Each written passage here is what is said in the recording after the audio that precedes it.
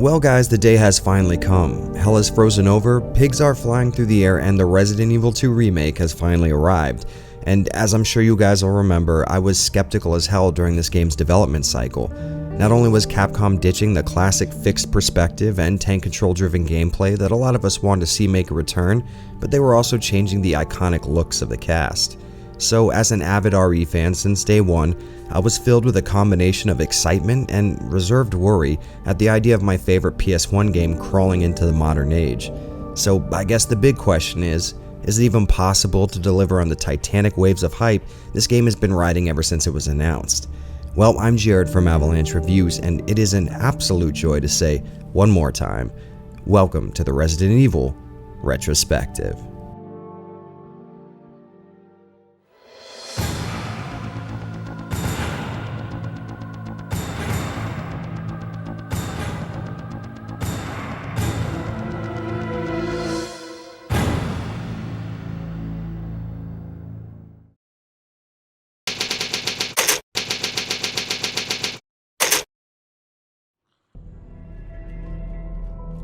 To talk about the development of this remake, we have to get a little personal. You see, this game means a lot to me in more ways than you might imagine. Not only is this a remake of a game that I was head over heels for, but in some kind of cosmic show of greatest luck ever, it was announced just a few days before my own birthday. And just when we were at peak levels of excitement, nothing. Not one word for damn near 3 years. To be honest, I had pretty much written it off by 2017, and during the aftermath of a major hurricane hitting my own little corner of South Florida, subsequently knocking out my internet for almost a month, I decided to use all this free time to my advantage and start working on a review for the first Resident Evil, which turned into an overview of the series, which transformed into the RE Retrospective. Hell, I'd say 90% of you guys found me through this very series, and I owe all of that to this remake. People were hungry for RE content, and I was lucky enough to have been elbow deep in it by this point, so when I say this game means something to me personally, I really do mean that. Which made it all the more ironic that my opinion of it at the time could be accurately described as hoping for the best but expecting the worst. After all, this was Capcom we were talking about. They'd been destroying my childhood for as long as I could remember, and I had yet to experience the critical success of RE7. All I knew was that this over-the-shoulder perspective wasn't exactly known for ushering in a brand new era of survival horror in the past, and call me an entitled manchild if you want, but damn it, I wanted my pre-rendered backgrounds. Well, Remake rode high on an avalanche of hype right up until the day it hit store shelves, and I'll be damned if I didn't stay in a constant state of anxiousness right up to the moment I started it up. For me, those very first moments of the game were moments of revelation, and nowhere is that more true than with this retelling of an old story. Whoa, don't shoot! Get down!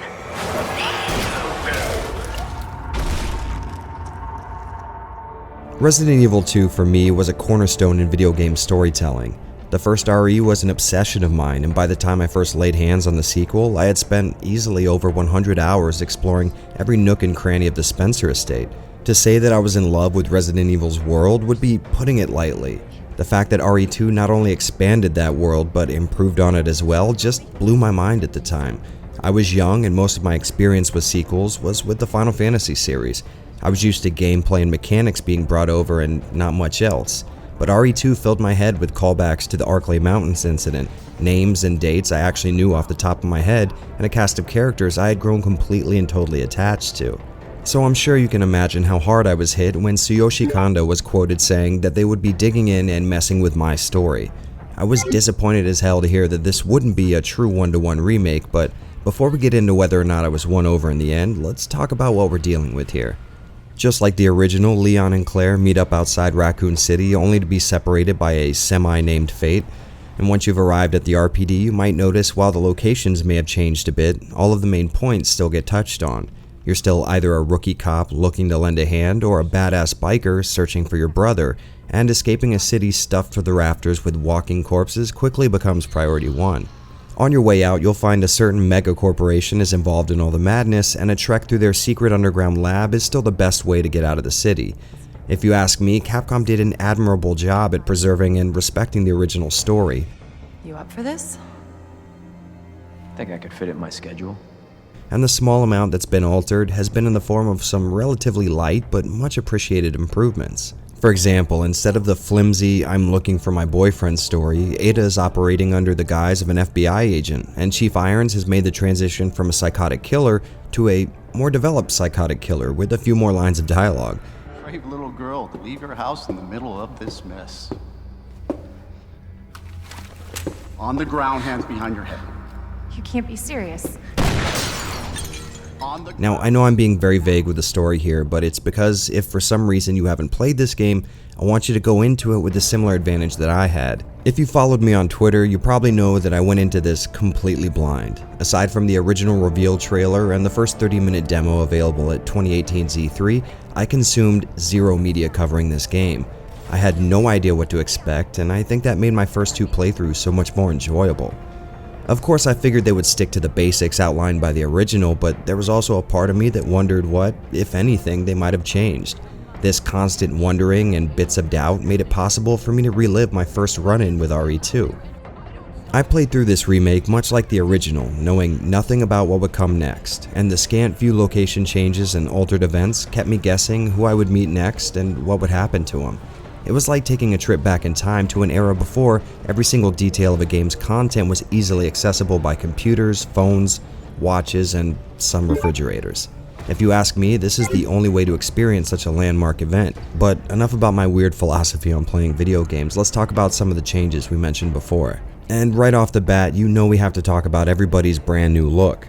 I guess Capcom is looking to keep on track with the RE7 route by continuing the original story, but rebranding everything in an attempt at breaking the bonds of more than 2 decades of established narrative. And this might sound odd for an RE purist like myself to say, but I might be on board with this. Honestly, I still have the originals to love and appreciate, and I'm not exactly against having a new perspective on the people and events that I've come to know so well. Claire and Leon look their ages this time around, and to my eye definitely hit Capcom's intended goal of bringing a lot more realism to the remake. Leon, while still an altruistic rookie cop, reacts to his fucked up situation in a more believable manner instead of the action hero persona he would eventually develop in the series.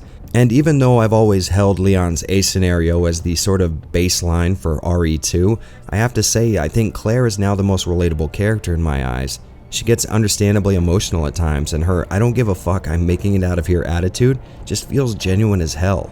And while we're on that front, I have to give it up to the game's voice talent, because every one of them are giving it their all. Even the smallest scenes are acted perfectly. This is my life's work. I'm not handing over anything. We have our orders, Dr. Birkin. It does my heart good to see so much care and attention going into Capcom making up for their, let's say, past missteps in this department. Although I've yet to see anything tying this game to a specific year, it seems clear that they're trying to keep it in the same era as the original, which I really like. In 7, it was made pretty clear that they were still following the established timeline, but just tweaking it a bit. The reason I mention this is because I think Capcom did a really good job at making this evident, but not calling too much attention to it. I mean, there's CRT monitors all over the place, and Marvin uses a utilitarian version of a laptop both Compaq and Toshiba had out in the late 90s. I'm not sure why, but stuff like this always catches my eye, or at least it does when it's done right. Anyways, getting back to things that actually matter to people, Remake offers the same tight, well-told story that the original does, but somehow greatly improved. Just like I always do with the original RE2, I'm going to recommend that you play through both characters' campaigns along with their complementary B scenarios in the interest of getting the full picture. Now, this technically isn't necessary. I mean, you can get a fully satisfying experience just playing the main stories, but if you're anything like me, the second those end credits start rolling, you're going to look for any reason you can to jump back into Raccoon City. It's actually kind of hard to sum up my positive feelings on the game's story, since it's essentially a retelling of an old tale but with some serious overhauls. I mean, if we're being honest, Resident Evil 2's original story was a masterpiece, and somehow this one is even better.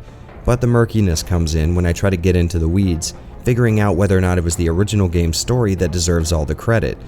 But let's not start arguing microscopic nuance right now. The fact of the matter is, this is an incredibly engaging story. One that had me hooked from the very start, which blows me away. I was already familiar with it before it ever started, and yet there I was, hanging on every cutscene, wondering what would happen next, and if anything, that's the real compliment here. Resident Evil 2 can take a story you've already heard a million times and get you completely invested in it.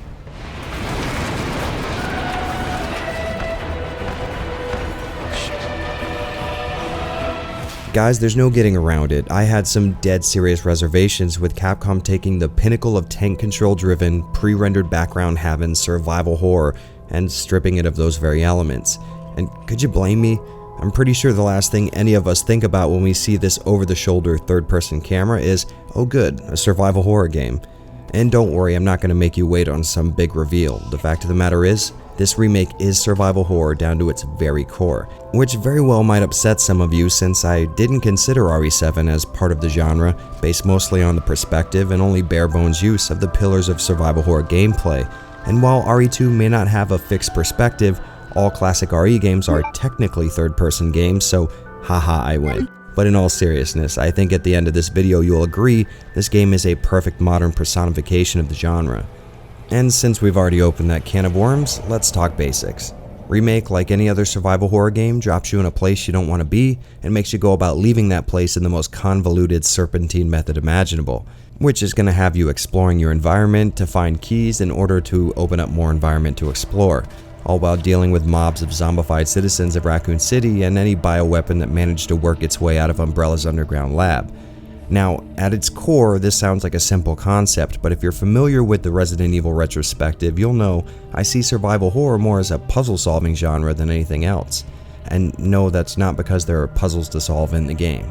I say that because every decision you make in one of these games has to have a lot of thought behind it.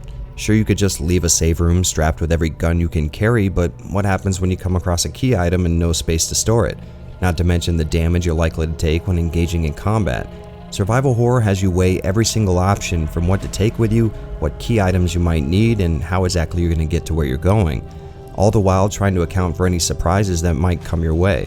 And for a long time, Resident Evil 2 was the crown prince of this idea.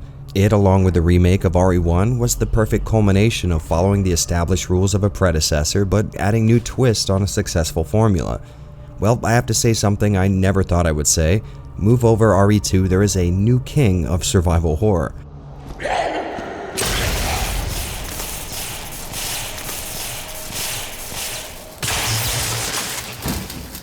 Not only is Remake following the strict tenets of the genre, but it's doing it in 2019. A game with a AAA budget is bringing survival horror back to the masses, a feat even Capcom thought wasn't possible. Now, I know this sounds like a jaded fanboy excited because he finally got thrown a few scraps, but let's get specific with the game's elements and maybe you can make up your own mind.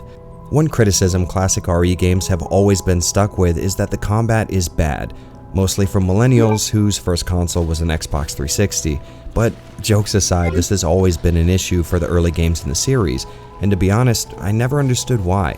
Combat in these early survival horror games was always meant to be tactical and incredibly challenging. The idea was to show you through gameplay that you might want to steer clear of it whenever possible. So you can imagine what my first thought was when I saw that I'd be losing my beloved tank controls and fixed perspectives. I figured this new system would either make the game too easy or rely too much on twitch reflexes and not enough on good planning. And I wasn't 10 minutes into the game when I figured out that this was not the case at all.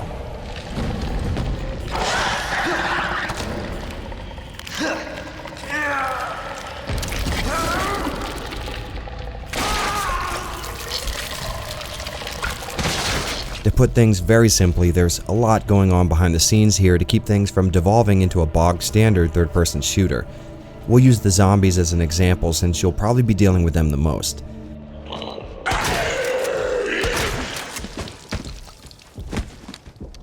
You'd figure being able to aim freely would put you at a distinct advantage compared to the original, but there's a lot working against you here. Not only do zombies have very erratic swaying animations, making consistent headshots hard as hell to pull off, but they each require wildly varying amounts of damage to put down. The baseline tends to be 3 headshots. Typically this will drop one of these corpses, at least for a time, but I've seen some take 7, and that's not mentioning the fact that they're very likely to get back up again. You can throw more than 10 rounds into these guys and still have them coming at you. The best practice tends to be a double tap once they go down, or if you're conserving ammo, which you definitely should be, a quick headshot will typically stun them long enough for you to get by. These few little tweaks makes the typical zombie a major threat even in the late game, and while tank controls may not be a limiting factor anymore, you won't exactly be gliding around enemies with ease. The zombies, lickers, Cerberus, and hell, pretty much everything else all have grab attacks that will wreck your shit if you get too close, which you'll be getting too close a lot. Another lethal addition is zombies being able to follow you into other rooms. This makes the old tactic of dodging a few deadheads then hauling ass to the next area a quick way to get surrounded. And since these guys don't just respawn at set locations, swooping past a single enemy and having them follow you into a safe location means possibly having to deal with them in even less ideal conditions. Now, we barely even scratched the surface, but it may sound overwhelming at this point, and at times it really can be, but the game does give you a bit of a buffer between you and the game over screen. The sub-weapons from Remake of RE1 have made a return and serve pretty much the same purpose. If you get grabbed, having a knife, flashbang, or hand grenade on you will keep you from taking any damage, and in the case of the grenade, get rid of the enemy that grabbed you. Only this time, these items actually take up space in your inventory, adding to the stress of deciding what to take with you on your next expedition outside of the save room. The amount that this game makes you think about combat rivals any other entry in the series, to my mind. Before deciding to do away with any threats, you have to take into account an insane amount of factors, and when an encounter gets sprung on you in the heat of the moment, well, let's just hope you're good at thinking on your feet. And moving to an area outside of combat, I have to say this game is a love letter to classic RE design. Each area's layout is tailor-made to force you into some bad situations, and just when you think you've determined the best routes that'll keep you far away from any unforeseen danger, an event or key item will have you sneaking past a hallway filled with more lickers and zombies than you could ever know what to do with. The changes made to the RPD, sewer, and subsequent underground laboratory are very well thought out and follow the same design philosophy Mikami was looking at when remaking the first game. The idea seems to be keeping the spirit of the original alive, all while tweaking it ever so slightly with the goal of maximizing the elements that people come to the series for. And if I'm being honest, I very well might prefer this design to the original. It just flows together so well, and despite all the added roadblocks and alternate routes, it took me less than an hour to have the whole place mapped out in my head. And of course you can't argue with the added touch of realism found in this new iteration. The original RPD precinct felt alive and creepy, but in Remake, it may as well actually be alive, and the added emphasis on realistic darkness takes the creepiness and kicks it into high gear. Seriously guys, this game had me so stressed out, there were times I just had to put it down and walk away. I would be running through an area I knew was clear, but the anxiety of what might be ahead and how little ammo I had to deal with it would start to get to me, and before I knew it, I noticed my shoulders were pushed up around my ears, and my whole body was sore from how tense I was. Without a second thought, I can say that this is the most effective horror game I've played in maybe a decade. Sure, the old games scared the shit out of me, but I had to actively participate in that. The appeal of classic RE was always having a small chunk of the environment displayed on screen, but using my imagination to fill in all the gaps, and to suspend the disbelief that comes with 240p backgrounds suffering from PS1 era JPEG compression. But this world right here doesn't just feel real. For me, I was in it. The little touches with rain coming through the cracks of a boarded up window and light bleeding out of bullet-ridden doors makes this one of the best experiences I've ever had with survival horror. That being said, this is not a perfect game. I do have a few complaints, most of them starting with an M and ending with an Easter X. This trenchcoat bedecked behemoth has made a triumphant comeback, and while I do appreciate the addition of his stylish fedora putting him one patchy neckbeard away from defending the honor of Milady, this persistent asshole can make the later portion of the precinct a real pain in the ass. Now don't get me wrong, I honestly do like the idea of him being able to chase me into any room. I mean, it was terrifying, but in practice I think I could have used a few more areas he couldn't follow me through. The section of the game that requires you to pull the bookcases in the library doesn't force you to think on your toes and deal with an ever-present threat, it just makes you cheese his AI and walk speed by pulling one case, running up a ladder, and repeating it another 2 times. Of course you can down him for a small time, but it's just not worth the ammo you're gonna spend, especially if you're in the middle of a B scenario run, which is another sore spot for me actually. In the original, the B scenario was a way to get the other half of the story and see the events of the game from a different perspective, but in Remake, this ultimately leads to a different starting point and one extra final boss fight. There are some small differences, like some key items being moved to different locations and zombies flooding the main hall of the precinct, but it's kind of disappointing that we didn't get a new story or even the inclusion of the original zapping system, which I'm sure you guys will remember was the mechanic that allowed a player's decisions in one playthrough to affect the next. As it is now, Scenario B is a really good way to unlock a few of the game's goodies like the forced survivor and alternate costumes, and that's about it. The good news is there is free DLC headed our way later this month, so depending on how good that is, this complaint may very well get downgraded to a bit of a bother. And speaking of bothers, while I absolutely love the redesigned areas on offer, I think the Underground Umbrella Lab kinda drags ass in the pacing department. Don't get me wrong, I enjoyed the added backtracking that needs to be done here, but at this point in the game, I imagine players are more interested in progressing through the story than spending another hour in a small, albeit creepy environment. And since you guys know I love saving the worst for last, we gotta talk about the zombies. Which is gonna make me sound like I'm contradicting what I said before, but I promise I'm not. I like the idea of scoring a random critical hit and seeing a head pop like an overripe watermelon. I just don't think the same RNG should go into how hard these guys are to put down. I mean, I know zombies have always had varying amounts of health, but in Remake there's just too much discrepancy between the two extremes. Even on the standard difficulty, a zombie can take upwards of 6 headshots to kill. And while I do appreciate the added realism of double tapping enemies, I just don't think dice rolls and survival horror gameplay go very well together. And to cap this off, we gotta talk about something that's less of a complaint and more of a warning. The popularity of this game means a good portion of the people playing it, or maybe even people watching this video, aren't going to be hardened survival horror experts. And for those of you who can hear these words, this is a very, very difficult game. Expect a pretty severe challenge at first. My recommendation is to start on the normal difficulty and not worry about things like a good ending grade or number of saves. Just get through both stories and then maybe worry about master level speedruns. As for you experienced RE players, get ready for a satisfying but challenging time, because this game is exactly what we've been begging for, and it's actually a marvel that we've got it. Since I purposely kept away from all news about the remake before launch, I went in expecting your typical hand-holding found in most modern games. So I started on hardcore mode. The fact that ink ribbons needed to be used to save and autosaves weren't an option, I figured this would be a perfect place to start, and about halfway through, something magical happened. I completely failed. I ran myself into a situation where I had absolutely no ammo and almost no healing items while trying to survive the Raccoon City sewer system. It was at this point I realized Capcom was bringing their A-game here. No more whitewashing for the bland masses, this was real deal survival horror, and I needed to rethink my approach. Since this embarrassing revelation, I've finished both A scenarios, one B scenario, and I'm currently back in the sewer on a hardcore run. And after so much experience with the game, I am completely comfortable saying these incredible but unbelievable words. Ladies, gentlemen, Resident Evil's back. I know I'm the guy who was asking for the series to end. Honestly, I was really scared that it was going so far in the wrong direction that there'd be no way to salvage the series, but here I stand admitting that I was about as wrong as I've ever been before. Capcom has showed me that they are more than willing to put their all into dragging this classic Resident Evil formula into the burning light that is the modern gaming landscape. And here's the most insane part. It is absolutely killing it. In fact, I would like to formally submit this to every comment I have ever received on this retrospective telling me something along the lines of, quit whining and accept that traditional survival horror just can't work today because it's too clunky, obtuse, and inaccessible. To everyone who's told me the formula created by RE4 was the future for the series, I'd like to give a middle finger so fucking large it's visible from space. Not only can survival horror thrive in a modern context, but it's doing it right now in front of our very eyes. For the first time in a decade, I can say that Capcom is headed in more than the right direction.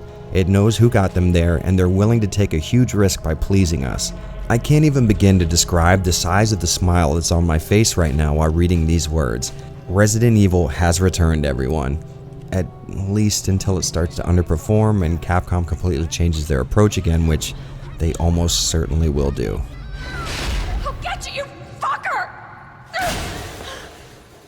I think we all know if there's one thing that I would get really excited about, it would be a graphical overhaul of a game that I used to drool over. And as a mature adult now, I can say that Remake makes me drool all over again. The game uses Capcom's RE engine created for 7's first-person affair, and even though 7 really impressed me, I can definitely say Remake has beat it by a country mile. But not just other games in the same engine. This is without a doubt the best-looking game I've ever played. I mean, there are parts that get dangerously close to photorealism, and I think this is due to a combination of things.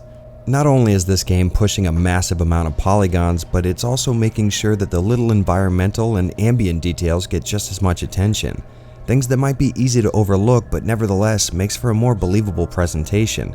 Things like dust and debris particles getting caught by the light, or wet surfaces looking believably soaked.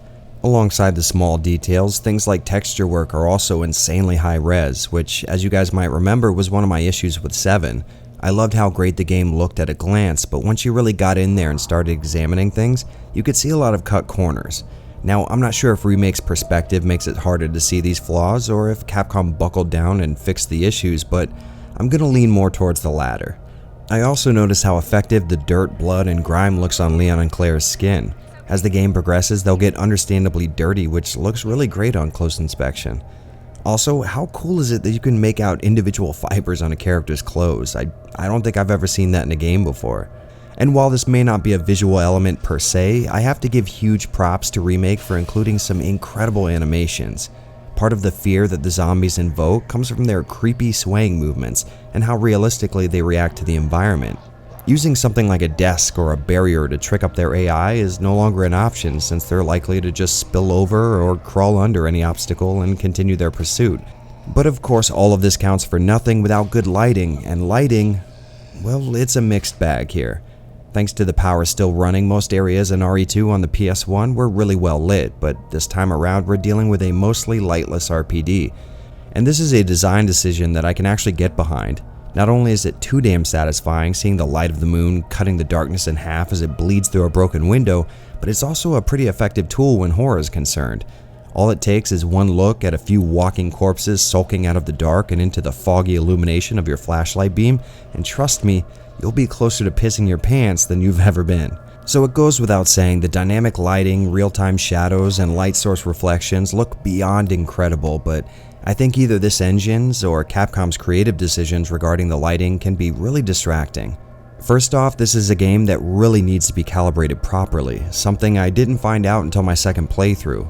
Looking at all the footage available online and clips uploaded to social media, it looks like a lot of other people got this wrong too. What you actually want is for the brights and the darks at max, then you can fine-tune with the third option, but don't venture too far from the neutral setting in the middle.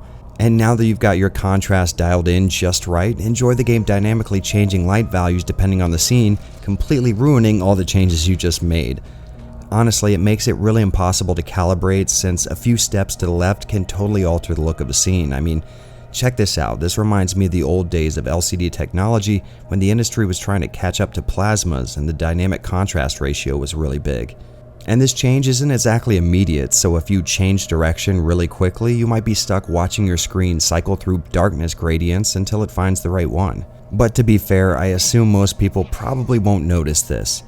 Sadly, one thing they will notice is the game leaning a little too hard towards this hazy gray look in scenes of high contrast. I'm sure this was a stylistic choice and not some kind of screw up, but I really would have liked to see some dark inky blacks obscuring the outside of my flashlight instead of this foggy gray. Just get me the fuck out of here!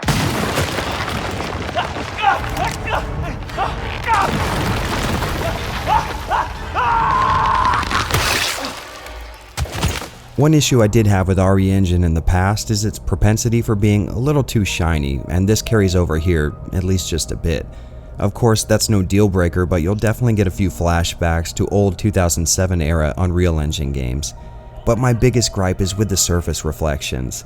This entire element seems to be buggy as hell, and the grainy reflections are more distracting than they are impressive.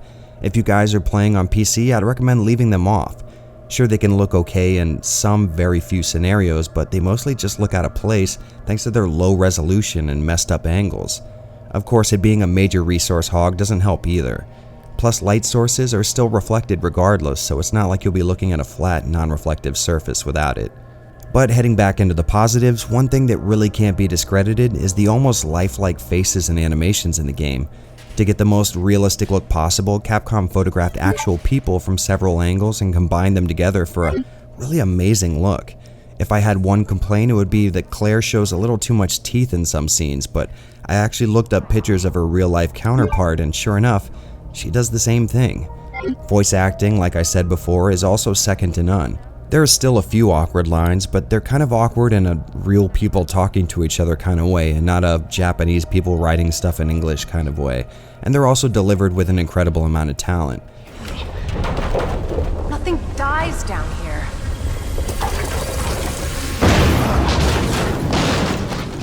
Since most of us were coming in hot off of RE1 when 2 came out, we were blown away by the step up in voice work, and I think this was an equal leap forward if you ask me. Staying in the realm of sound, I really like this game's music. A lot of tracks from the original make an appearance, but thanks to the new style, they serve more as audio motifs than actual remixes or remasters. Music seems to play more of a backseat role this time around, with Capcom putting more of an emphasis on ambient environmental sound effects. And while I would love to hear the bangers I'm so familiar with take center stage, I've always really been a fan of good atmospheric sound design, and Remake definitely has this in spades. My only real complaint here is that after 3 or 4 playthroughs, none of the original tracks stand out in my mind. I mean, they work really well in the moment and they sound really great, but I couldn't hum a tune from the game right now if you asked me to. Of course, you guys knew damn well we weren't going to stop the analysis here. We've got to check out Remake's ports, but since I only have a base model PS4, we're just going to have to rely on the good people at Digital Foundry for anything that lies outside of that. And right off the bat, the most noticeable thing is a frame rate that can vary a pretty good amount, but it either never dips too low or has great individual frame timing because it never really bothered me too much. I have to assume this might get in the way during boss fights where William Birkin's big ass fills most of the screen with flashy polygons, but it's not so bad that it would negatively affect the experience.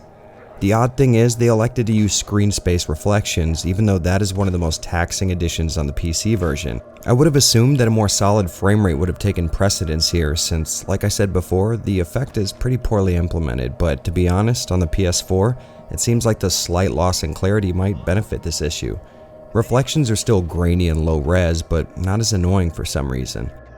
Maybe they adjusted it a bit for lesser hardware, who knows, but aside from that and a very short list of visual effects being turned off, this console version is impressive as hell. The load times on my stock mechanical hard drive are much faster than I would have assumed, and I can say these types of games make navigation feel natural as hell with a controller. Running around and navigating menus is much snappier, but I gotta be honest, I've always had issues shooting accurately with an analog stick. But I gotta assume most people playing this on console are probably used to this already. Just like the PC version, this console port supports up to 7.1 surround sound, and I highly recommend you take advantage of this no matter what platform you choose, because Resident Evil 2 was made to be experienced with this type of setup. Zombie moans, old floorboards creaking, and other ambient sound effects are actually placed in the environment instead of being audio events that get triggered and play anywhere in the soundscape. Jesus! They're everywhere! Which may sound like a small thing to be happy with, but you'd be surprised how little this is done in most AAA games. The only real complaint I have with the console experience goes back to the slowdown again, because it may be masked with good frame timing and motion blur during gameplay, but cutscenes typically don't have this luxury, and since Remake's cutscenes are like 90% in-game events, this might become more noticeable than you'd like. And of course, we absolutely have to see these two side by side, which oddly enough will reveal that they're not as dissimilar as you'd expect. I've heard good things about how well RE7 ran on consoles, but I never expected for the competition to be so neck and neck. Honestly, Capcom just doesn't get enough recognition for the technical marvels their in-house engines are able to pull off. So if I had to give Remake an overall grade on presentation, I'd have to invent some number past infinity because this is probably the best looking game I've ever seen before. My entire time playing was spent completely immersed in this dark zombie-ridden city. And in all honesty, all Capcom had to do to impress me was do an even halfway decent job at representing the original's visual look, and instead they went a little further and created one of the most visually impressive games this world has ever seen. The handful of microscopic gripes that I have can't even come near tarnishing this visual treat, and I'm equally impressed by its performance on PS4. Sure, the divide between PC and console may be shrinking every day, but I still can't get over the idea of getting a similar experience on inferior hardware. But no matter how you slice it, RE2 is a graphical powerhouse and a visual experience absolutely no one should miss out on. Why can't you just die? And just when I thought I was done, a literal atomic bomb was dropped on me in the form of some very cool news. I had just finished recording audio and I was in the middle of editing this very video right here when my friend Creamy Elephant pointed me in the direction of a very cool mod for Remake's PC version. A mod that takes a terrifying experience and somehow increases the terror by orders of magnitude. bitch. This first-person mod created by, or at least uploaded to GitHub by PreyDog, is really something special. I mean, this game is amazing on its own, for sure, but in first person, it's really something to behold. You feel so much more immersed in the game world, and you get to notice details that you might not have ever seen. For example, did you know the room with the unicorn statue outside the library overlooks the reception room? Well, I know that now. Take this mod with a few tweaks, turn the heads-up display off, and you've got yourself a recipe for a horrifyingly good time. I'll have links to the files needed in the description, along with a short list of instructions, but the real good news here is none of the changes you make will be permanent. You can pull up the mod's options by hitting insert and turn it off and on at will. Also, here's my settings that I like to use, which might be a good starting point for you. The only downsides I've found so far are obvious ones, like being able to see parts of your character's head when camera changes are made in certain ways, and sometimes you might notice lighting not working right when looking out windows at some angles, but for a non-official deal, this is really damn impressive. I mean, I played first-person mods for third-person games before, but none of them had their own GUI, and rarely did they integrate this well into the game. I have to imagine either this PreyDog guy is some type of miracle worker or this game works in a very modder-friendly environment, but either way, if you have the PC version of this game, there is no reason I can think of to not currently have this installed, so stop what you're doing and go grab it. It's absolutely amazing. So after all my praise and disbelief at how well it works as a modern survival horror game, the real question still remains. Is this remake of Resident Evil 2 worthy enough to carry the RE2 name? And with no doubt in my mind, I can confidently say yes, it absolutely is. Capcom in remaking this game has followed in the spirit of their own remake of RE1 perfectly. Every single thing that made the original great has either been brought over to the remake or altered for the better.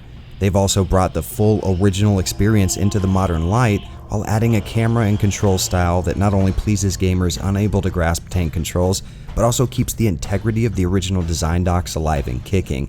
And if you ask me, that should have been an impossible feat. Almost no one, myself included, believed that this game would be as faithful as it ended up being, but one thing is very clear now. This remake right here will serve as the standard by which every video game remake will be held up to from here on out.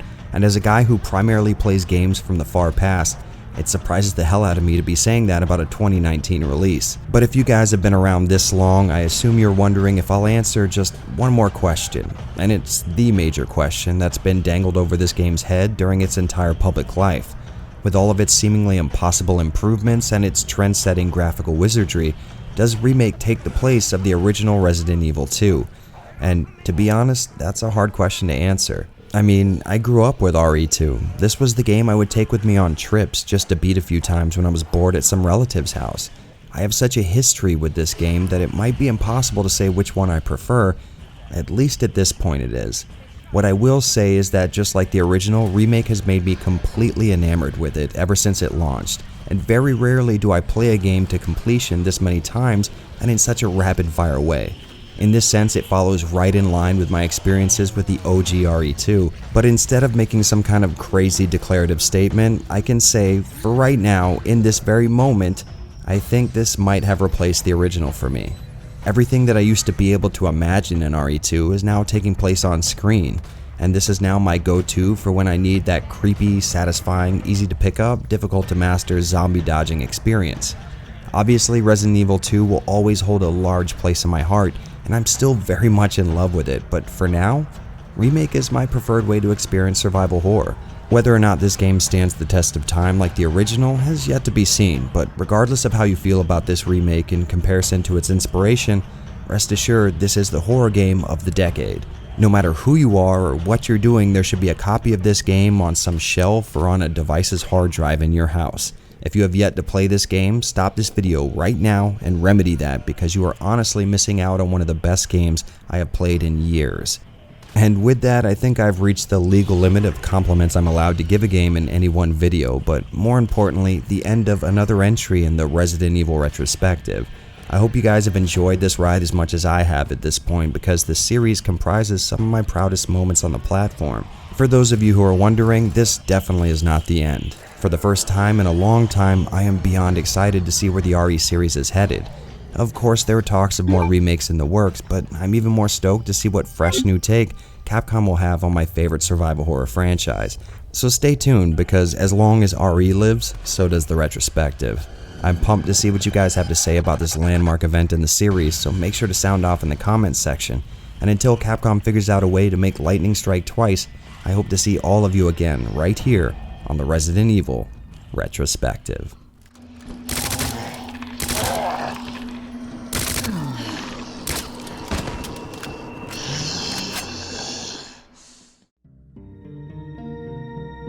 Hey guys, thanks for tuning in. If you've enjoyed the retrospective so far, I'll have a link to some similar content on screen right here, as well as the incredible people that made all this possible. My Patreon supporters quite literally set this retrospective in motion, and if you're looking to support future projects like this or just have a say in the content that's yet to come on the channel, feel free to swing by my Patreon and give it a look. It may not seem like a lot, but if less than a quarter of you were able to contribute just $1 a month, I would be able to pump out great content like this at a full-time rate.